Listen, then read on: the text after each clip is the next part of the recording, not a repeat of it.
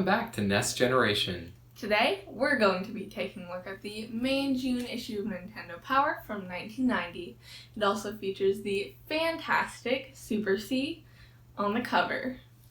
We'll also be going back to the origin of the Final Fantasy series with Final Fantasy for the NES. Let's jump right in.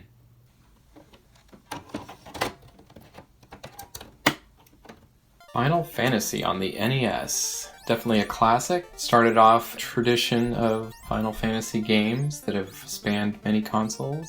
This was the first, as Laurel and I saw playing. It laid the path for many features and themes and all sorts of things that are brought into many other games and games in this series. So it's a RPG that was created by Square, which later would become Squaresoft. And they were kind of having trouble at the time, so they needed a hit game, and this was it. What were your early thoughts on Final Fantasy, Laurel? I thought it was a really fun game. Without a guide, I think that'd be pretty difficult to do, because really soon after I ended up leaving, I think I hit 3 battles. 2 of them were with imps, and 1 of them was with a wolf.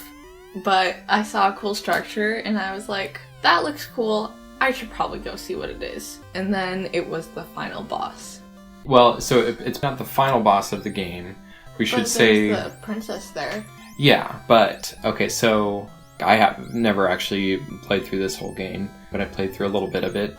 So he's the, what's his name? The evil knight Garland. Yeah, I thought that. So I thought that too initially, because you talk to the king and it's like, oh, they took the princess or whatever. And that, in so many of these games, that is the end of the game. Yeah. But that in this one is actually just sort of the first quest. Oh. I mean, he's not like super easy to beat, I guess, but it's one of the earlier things you do in the game. Because it opens up, so there's whole other continents and other towns and a bunch of stuff. You have 4 warriors in your party, or the light warriors. So you get to pick them, and you have 6 classes to choose from. What are the classes, Laurel? I think that they're fighter, thief, black belt, red mage, white mage, and black mage. Okay. And I chose the first 4, which is what it automatically starts you off with, because I wasn't really sure. Yeah, without a guide or something, it's kind of hard to know what to choose initially. I guess if you had the manual playing it back in the day, you'd kind of be able to choose based on that.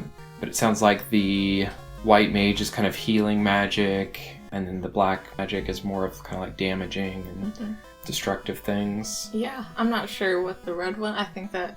I assume it's a mixture. I don't know that I've played with that one too much.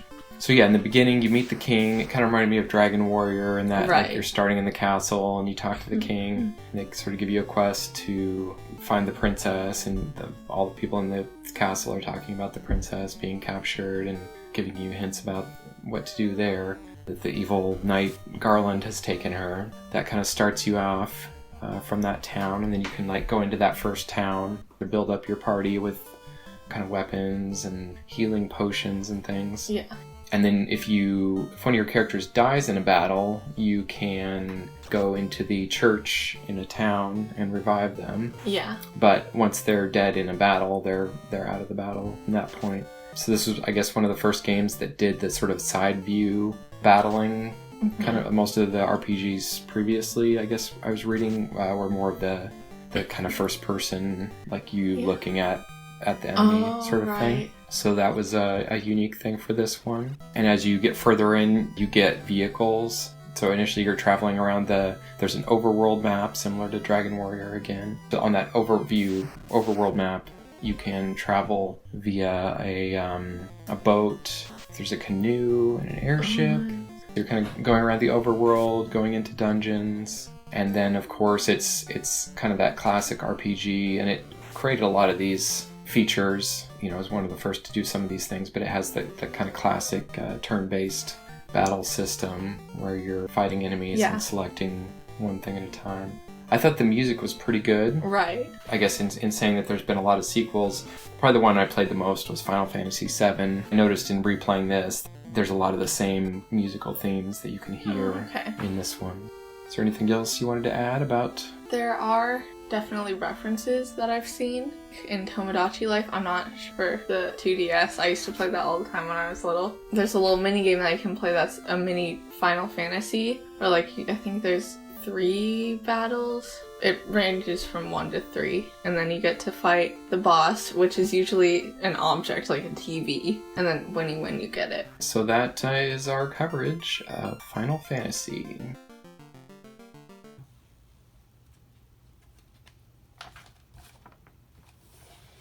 Next up, we have Super C, the sequel to Contra. It has a pretty similar play style to the original Contra. I don't know that you haven't played the original Contra on. I haven't. It's pretty similar, but this, brings in new enemies and kind of different things that weren't in the first game. So it's a side-scrolling platform shooting kind of game. Yeah. Tons of bullets everywhere that you got to dodge. A big thing is that, playing 2 players simultaneously. Right. So usually we do Laurel playing the game.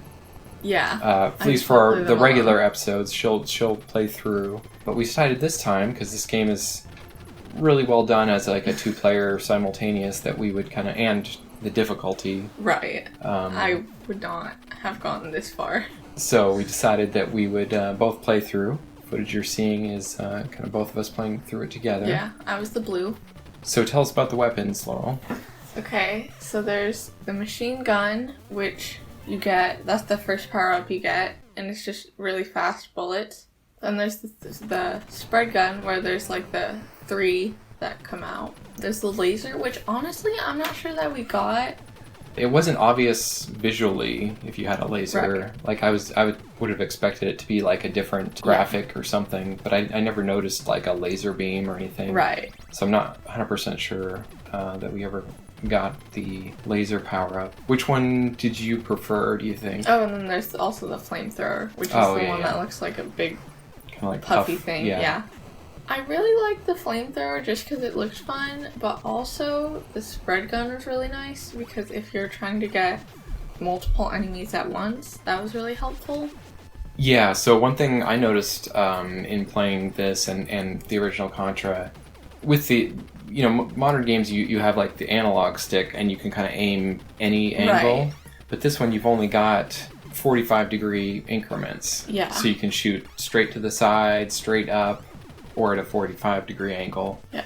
But when enemies are farther away from you, then there's sort of a gap between that angle that they can be in. Without you moving, you might not be able to hit that enemy. Yeah. Without, if you're going at the 45-degree angle, you might have to move forward or backward to make that actually hit them. So it feels like there's kind of dead zones in your angle of fire. So you have to kind of get used to that, and often you're moving to make that adjustment. So we got to the boss, I think once actually. We only got to it once, yeah. Initially, later on we actually looked up the cheat code. It's actually something we haven't done yet in one of our episodes. But that was a common thing when we play as kids, is you were always like looking up the codes and stuff, because often some of these games were so hard that without a code to give you more lives or different things, it was really tough. And I was actually surprised how big a difference, even going from, I think you start with 2 or 3 lives. Yeah. But the code in this one gives you 10. Yeah. And it's just from the title screen, you push right. I think it was right, left, down, up. A, B, select, start. With the select, just if you're doing 2-player, because it moves it over to the second player. Oh, okay. Anyway, but that gives you 10 lives. And with just that, I mean, I guess it's, 4 times as many lives, or 5. It was enough for us to pretty easily make it to the second level. Yeah. Which is another interesting point then is, so the levels go from the sort of side view platforming right. to like a top-down. Yeah. I think they did a good job of making them feel unified, like even though it was like a totally different style of game almost in being a top-down. It still felt like the same, yeah. There's kind of little different mechanic stuff to get used to with that being top-down, because you're not jumping and things like that. I think it was well done. Right. And even though there's, just a few different power-up weapons, I think it felt fairly varied as you were kind of gaining and losing those and working through that. I think that just about covers Super C for us. And I think it's one of the harder games that we've played. Yeah. And I enjoyed having our 2-player attack on the Contra aliens. It was fun.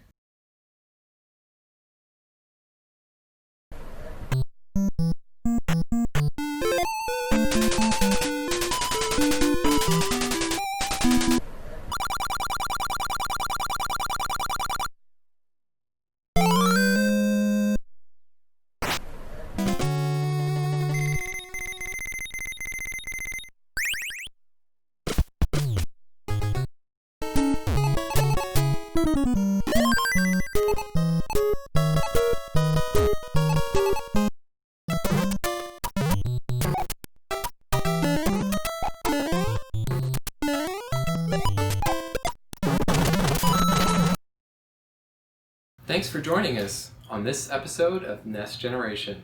If you enjoyed this episode, make sure to leave a like and subscribe. And let us know in the comments what your favorite Final Fantasy game was.